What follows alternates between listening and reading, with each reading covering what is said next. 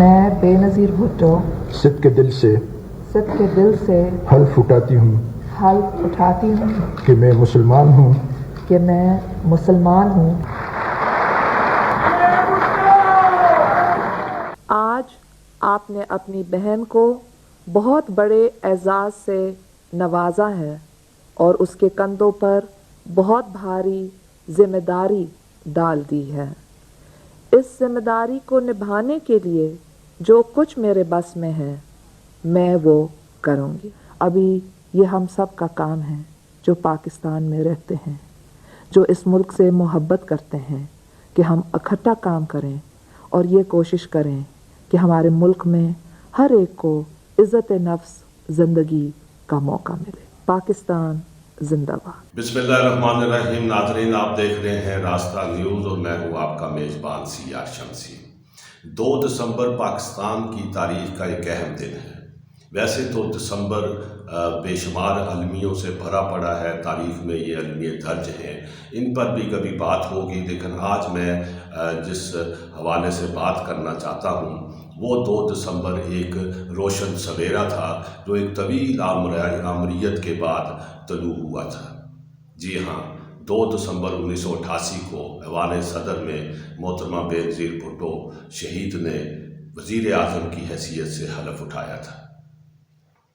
اور یہ دنیا کی تاریخ کا ایک انوکھا واقعہ تھا اور پاکستان کی تاریخ کا بھی ایک اہم باب تھا کہ ایک طویل سیاسی جمہوری جدوجہد کے نتیجے میں بے نظیر بھٹو کو عوام نے وزیر اعظم منتخب کیا تھا۔